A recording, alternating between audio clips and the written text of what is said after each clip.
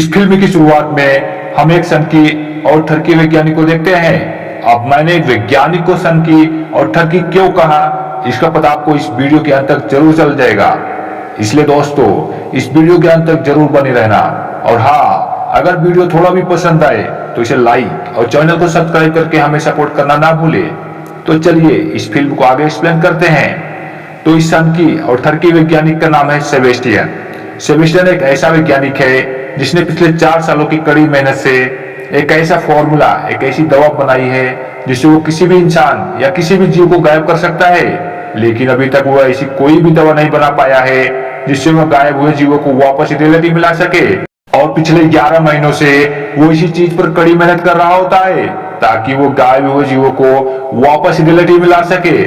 और 11 महीनों की कड़ी मेहनत के बाद वो आखिरकार इसमें कामयाब भी हो जाता है। दरअसल उसने अपने पहले फॉर्मूले से, जिससे वो जीवों को गायब कर सकता था, उसकी मदद से उसने कई सारे जानवरों को गायब किया था। और जब उसने गायब से वापस लाने की दवा बना लिया है, इसलिए वो अपने साथी लिंडा, मैथ्यू और बाकी के साथियों को यह बता देता है कि मैंने दवा का फॉर्मूला खोज लिया है। इसलिए वह सबको लैब में आने के लिए कहता है। अब ये सब मिलकर इजाबेल नाम की उस गोरिल्ला को, जिसे इन्होंने गायब किया था, बड़ी मुश्किल से बेहोश करते हैं और बेड पर लिटाकर उसके हाथ पैर बांध देते हैं। उसके बाद उस पर वो दवा इंजेक्ट करते हैं जिसे पिछली रात को ही सेबेस्टियन ने बनाया था ताकि उससे गायब हुए जानवरों को वापस अपने असली रूप में ला सके। खैर, जब गोरिल्ला के अंदर दवा इंजेक्ट कर दिया जाता है तो उसे बहुत प्रॉब्लम होने लगती है और उसकी हार्ट बीट बढ़ना शुरू हो जाती है और सबको ऐसा लगने लगता है कि गोरिल्ला अब नहीं बचेगी, मतलब कि गोरिल्ला का अब गेम ओवर होने वाला है। पर लिंडा उसे तुरंत करंट का झटका देती है, जिसके बाद धीरे धीरे उसकी हार्ट बीट स्टेबल होना शुरू हो जाती है। इसके बाद उसकी पूरी बॉडी धीरे धीरे विजिबल होना भी शुरू हो जाती है और गोरिल्ला वापस अपने पूरे वास्तविक रूप में आ जाती है। ये देखकर जितने भी वैज्ञानिक होते हैं वो सारे बहुत खुश हो जाते हैं क्योंकि उनका एक्सपेरिमेंट सफल जो हो गया था। अब यहाँ पर जितने भी प्रयोग और जितनी भी रिसर्च चल रही थी, ये सब मिलिट्री के लिए चल रही थी। यानी कि सेबेस्टियन को मिलिट्री के द्वारा ही ये काम दिया गया था ताकि वो कोई ऐसी दवा बनाए जिससे किसी को भी गायब किया जा सके और जिसकी मदद से यूएस मिलिट्री और भी ताकतवर बन जाए। जब मिलिट्री के बड़े बड़े ऑफिसर्स के साथ उनकी मीटिंग होती है तो सेबेस्टियन झूठ बोल देता है कि अभी मुझे गायब करने में तो कामयाबी मिल गई है, लेकिन उसे फिर कैसे रियलिटी मिला है इसका कोई भी फॉर्मूला मैं अभी तक नहीं बना पाया हूँ और इस सब के लिए मुझे कुछ समय और चाहिए। मिलिट्री के हेड सेबेस्टियन से कहते हैं कि हम पहले ही तुम्हें काफी समय दे चुके हैं, जल्दी से तुम इसका कोई तोड़ निकालो वरना हम तुम्हारी छुट्टी कर देंगे। मीटिंग खत्म होने के बाद जब ये लोग यहाँ से बाहर निकलते हैं तो लिंडा और मैथ्यू सेबेस्टियन से पूछते हैं कि तुमने मीटिंग में झूठ क्यों बोला कि तुमने गायब हुए जीवों को वापस लाने का कोई फॉर्मूला नहीं बना पाए हो। इस पर सेबेस्टियन कहता है कि तुम अपनी बकवास बंद करो, मैं इस दवा को इंसानों पर प्रयोग करना चाहता हूँ, रात भर जागकर अपनी आंखें लाल मैं करूँ और पूरा का पूरा क्रेडिट मिलिट्री वाले ले। ये कहाँ का इंसाफ है। अब सेबेस्टियन चाहता था कि वो अपनी इस खोज का क्रेडिट खुद ले और इस सफलता को पूरी दुनिया के सामने रखे। अगर वो मिलिट्री वालों को बता देता कि उसने उसका फॉर्मूला भी खोज लिया है तो मिलिट्री उसकी खोज को और सारी की सारी रिसर्च को अपने कंट्रोल में ले लेती। अब सेबेस्टियन अपने ऊपर उसका प्रयोग करना चाहता था और लिंडा और मैथ्यू को अपने इस काम में साथ देने के लिए कहता है। इसके बाद ये दोनों मान जाते हैं और सेबेस्टियन अपनी बाकी टीम को भी झूठ बोल देता है कि मिलिट्री ने हमें इस दवा का प्रयोग इंसानों पर करने के लिए परमिशन दे दिया है और मैं इसे अपनी बॉडी पर प्रयोग करना चाहता हूँ।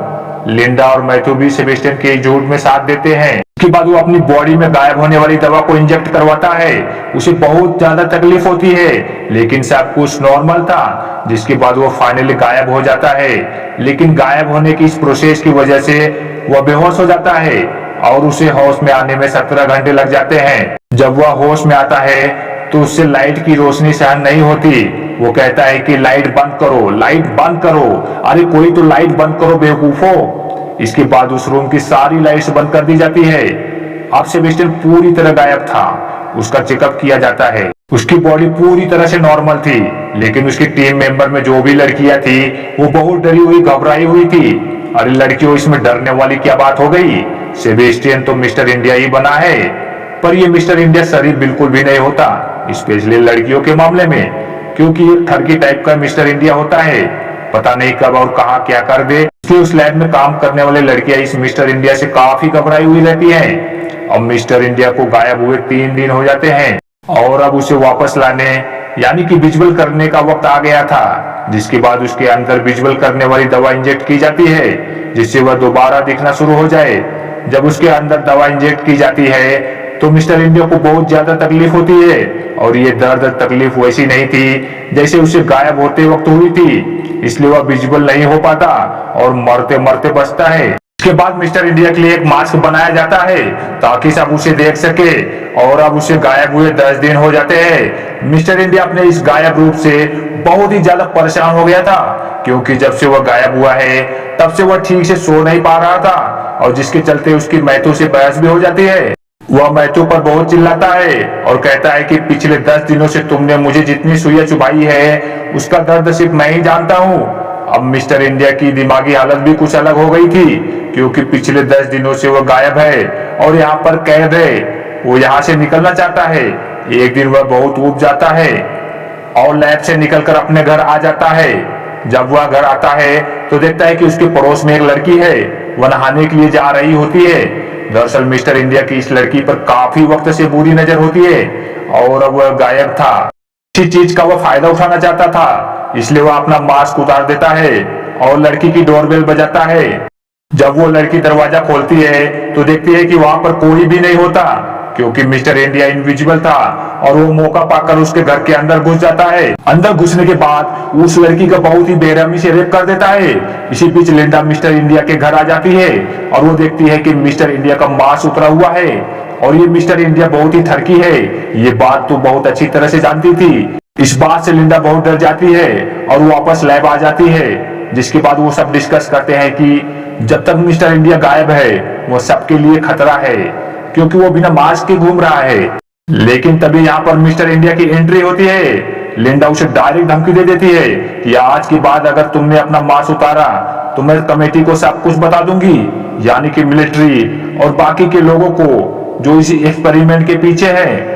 खैर मिस्टर इंडिया लिंडा की बात मान जाता है, लेकिन सबके दिल में कहीं ना कहीं एक डर होता है क्योंकि सब लोग मिस्टर इंडिया की आदत को जानते थे। किसी को कोई अंदाजा नहीं होता कि वो कब क्या कर दे, लेकिन ये सब मिलकर तय करते हैं कि वो मिस्टर इंडिया पर 24 घंटे थर्मल कैमरा से नजर रखेंगे। अब मिस्टर इंडिया जानता था कि कैमरे से उस पर नजर रखी जा रही है और वो इस लैब से बाहर नहीं निकल सकता, इसलिए वो कैमरे से छेड़छाड़ कर देता है और उसमें अपनी पुरानी वाली रिकॉर्डिंग चला देता है और लैब से बाहर निकलता है। इसके बाद वो लिंडा के घर जाता है जहां वो देखता है कि लिंडा का अफेयर उसी के कलीग मैथ्यू से है। इस बात से मिस्टर इंडिया को बहुत ज्यादा गुस्सा आता है क्योंकि लिंडा उसकी एक्स गर्लफ्रेंड थी और अब गुस्से में लाल पीला होने लगता है। अपनी भड़ास निकालने के लिए वह लिंडा के विंडो का कांच तोड़ देता है। लिंडा और मैथ्यू घर के अंदर बाहर देख रहे होते हैं लेकिन वहां पर कोई नहीं दिखता, पर लिंडा को शक होता है कि शायद वो मिस्टर इंडिया ही था और इसे कंफर्म करने के लिए जब वो लैब में कॉल करती है तो लैब में जो आदमी बैठा होता है वो कहता है कि मिस्टर इंडिया मेरे नजरों के सामने है, लेकिन उसे ये नहीं पता होता है कि वो बस एक रिकॉर्डिंग देख रहा है जिसे मिस्टर इंडिया ने एक कैमरा में छेड़छाड़ करके चालू किया था। जब मिस्टर इंडिया वापस लैब में आता है तो वह बहुत गुस्से में होता है क्योंकि उसकी एक्स गर्लफ्रेंड लिंडा का अफेयर उसके कलीग मैथ्यू से है, इसलिए वह इनविजिबल गाय और कुत्ते को जान से मार देता है। अगली सुबह जब जानवरों की डॉक्टर सभी जानवरों को खाना देने के लिए आती है तो वो देखती है कि वहाँ पर कुत्ता मरा हुआ है। वो इसके बारे में मिस्टर इंडिया से भी पूछती है, लेकिन वो कहता है कि मुझे इसके बारे में कुछ भी नहीं पता है। फिर भी वो कंफर्म करने के लिए सारी वीडियो रिकॉर्डिंग चेक करती है, लेकिन उसमें उसे कुछ भी पता नहीं चलता। पर इस बात से ये जरूर पता चलता है कि मिस्टर इंडिया एक बहुत ही जीनियस इंसान है। रात को वह फिर से लिंडा के घर जाता है और लिंडा को शक हो जाता है कि जरूर यहाँ पर कोई ना कोई है। इस बार लिंडा खुद लैब जाकर देखती है और वहां जाकर उसे पता चलता है कि मिस्टर इंडिया ने उन सबको बेवकूफ बनाया है और उस समय मिस्टर इंडिया भी यहाँ पर नहीं होता है। और तब लिंडा फैसला करती है कि वो सारी रिपोर्ट इस पूरे प्रोजेक्ट के हेड को यानी कि डॉक्टर क्रेमर को बताएगी। इसके बाद मैथ्यू और लिंडा डॉक्टर क्रेमर के पास जाते हैं और उन्हें सब कुछ बता देते हैं। अब ये सुनने के बाद तो डॉक्टर क्रेमर की सड़क जाती है। वो तुरंत मैथ्यू और लिंडा को इस प्रोजेक्ट से हटा देते हैं। लिंडा और मैथ्यू के जाने के बाद डॉक्टर क्रेमर ये बात अपने बाकी के साथियों को भी बताना चाहते थे, लेकिन उनका फोन डेड था। दरअसल मिस्टर इंडिया वहां पर पहुंच चुका था वो डॉक्टर क्रेमर को स्विमिंग पूल में डुबा कर मार डालता है।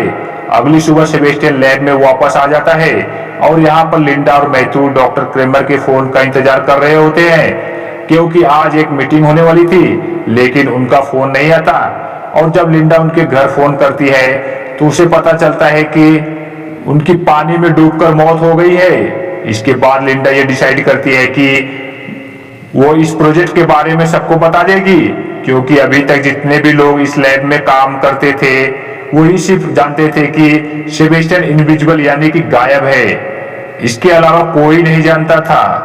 इसके बाद ये लोग लैब से बाहर निकलने की कोशिश करते हैं, लेकिन लिफ्ट का दरवाजा नहीं खुलता और ये काम मिस्टर इंडिया का ही था। सिर्फ और सिर्फ सेबेस्टियन की आईडी ही अनलॉक थी। अब ये सब डिसाइड करते हैं कि हमें सेबेस्टियन को किसी भी हालत में पकड़ना होगा और सेबेस्टियन अभी भी इसी लैब में है। जब वो सब यहाँ से निकलते हैं तो एक लड़की का कुछ सामान पीछे छूट जाता है और जब वह उसे लेने के लिए जाती है तो सेबेस्टियन उसे जान से मार डालता है। इसके बाद सभी लोग समझ जाते हैं कि सेबेस्टियन इन सबको मारना चाहता है, पर इन लोगों को ये नहीं पता चलता कि सेबेस्टियन यानी कि मिस्टर इंडिया लैब में है कहाँ। लैब का एक ट्रेसर मैप होता है जिसके जरिए लोग उसकी लोकेशन का पता लगा लेते हैं और उसे वहां पकड़ने के लिए दो लोग जाते हैं, मैथ्यू और कार्टर। लेकिन मिस्टर इंडिया कार्टर को जख्मी कर देता है। मैथ्यू मिस्टर इंडिया पर फायर करता है, लेकिन वह किसी तरह से वहां से भाग निकलने में कामयाब हो जाता है। कार्टर बहुत बुरी तरह से जख्मी हो चुका था और उसे ब्लड की बहुत जरूरत थी। एक लड़की उसके लिए ब्लड लेने के लिए जाती है तो मिस्टर इंडिया उसे भी मार डालता है। वही दूसरी तरफ खून अधिक बह जाने की वजह से कार्टर की भी मौत हो जाती है और अब यहाँ पर तीन ही लोग बचे थे, लिंडा, मैथ्यू और फ्रेड। ये तीनों उस लड़की को ढूंढने के लिए जाते हैं जो खून लेने के लिए गई थी। उस लड़की की लाश उन्हें एक फ्रीजर के अंदर मिलती है और इसी दौरान मिस्टर इंडिया फ्रेड के अंदर एक लोहे का रॉड घुसाकर उसे भी जान से मार डालता है। जब मैथ्यू उसे बचाने की कोशिश करता है तो सेबेस्टियन उसे भी जख्मी कर देता है और वो मैथ्यू और लिंडा को एक फ्रीजर के अंदर बंद करके यहाँ से चला जाता है ताकि ये दोनों ठंड से जमकर मारे जाएं। अब फ्रीजर का टेम्परेचर धीरे धीरे डाउन होना शुरू हो जाता है, लेकिन लिंडा हार नहीं मानती। वह दरवाजे का शीशा तोड़ने की जी जान से कोशिश करती है, लेकिन वो नाकाम रहती है। तभी मैथ्यू बेहोश हो जाता है क्योंकि वह जख्मी था। वहीं दूसरी तरफ मिस्टर इंडिया बम बनाता है, उसमें टाइमर सेट करता है और वहां से निकलने की तैयारी करता है। इधर लिंडा भी किसी न किसी तरीके से दरवाजा खोलने की कोशिश करती है और वो आखिरकार कामयाब हो जाती है। दरवाजा खुलने के बाद वो मैथ्यू को उस फ्रीजर रूम से बाहर निकालती है, उसके सामने आग जला देती है क्योंकि काफी देर तक फ्रीजर में रहने के कारण उसकी बॉडी बहुत ज्यादा ठंडी हो चुकी थी। अब वो उस तरफ जाती है जहां पर मिस्टर इंडिया लिफ्ट से बाहर जा रहा होता है और दरवाजा बंद होने वाला ही होता है कि तभी लिंडा एक सिलेंडर लेकर यहाँ पर पहुंच जाती है। सिलेंडर से निकलने वाली आग से वह मिस्टर इंडिया पर अटैक कर देती है, जिससे मिस्टर इंडिया बहुत बुरी तरीके से जलने लगता है। मिस्टर इंडिया काफी जल चुका था और उसके सारे कपड़े भी जल चुके थे, जिसके कारण वो धीरे धीरे गायब होना शुरू हो जाता है। सेबेस्टियन बहुत गुस्से में होता है और अब वो सिर्फ लिंडा को ही मारना चाहता था। लिंडा आग बुझाने वाली पाइपलाइन को खोल देती है, जिससे पानी गिरना शुरू हो जाता है और अब मिस्टर इंडिया नजर आने लगता है। वो लिंडा को बहुत बुरी तरीके से मारता है और उसकी गर्दन पर पैर रखकर उसका गला घोटने लगता है, जिससे उसका दम घुटने लगता है। वो मरने ही वाली होती है, लेकिन तभी पीछे से मैथ्यू आकर मिस्टर इंडिया को एक रॉड से मारता है, जिससे मिस्टर इंडिया वहीं पर ढेर हो जाता है। इसके बाद मैथ्यू लिंडा को उठाता है और वो दोनों वहां से जाने लगते हैं, लेकिन मिस्टर इंडिया अभी भी जिंदा होता है और वो उसी रॉड को उठा लेता है जिससे मैथ्यू ने उसे मारा होता है। वो मैथ्यू को मारने के लिए जाता है, लेकिन मैथ्यू को पता चल जाता है और वो मिस्टर इंडिया को धक्का दे देता है, जिससे मिस्टर इंडिया के हाथ में जो रॉड होती है वो इलेक्ट्रिक वायर से लग जाती है, जिसके कारण उसे बिजली पकड़ लेती है और वो करंट से झुलस जाता है और वहीं बेहोश होकर गिर जाता है। इसके बाद मैथ्यू और लिंडा उस जगह पर जाते हैं जहां पर मिस्टर इंडिया ने बम लगाया होता है, लेकिन ये इतने समझदार होते हैं, तुरंत समझ जाते हैं कि इसे फटने से शक्तिमान भी नहीं रोक सकता, इसलिए यहाँ से बाहर निकलने की कोशिश करने लगते हैं। ये लिफ्ट से भी नहीं जा सकते थे क्योंकि मिस्टर इंडिया ने उनकी हर जगह से आवागमन को बंद कर दिया था, इसलिए ये लोग लिफ्ट में लगे इमरजेंसी एग्जिट से बाहर निकलने की कोशिश करने लगते हैं और ऊपर जाने लगते हैं। तभी बॉम्ब फट जाता है, ये धीरे धीरे ऊपर आने लगते हैं। तभी अचानक मिस्टर इंडिया लिंडा का पैर पकड़ लेता है, जिससे हमें पता चलता है कि मिस्टर इंडिया अभी भी जिंदा है।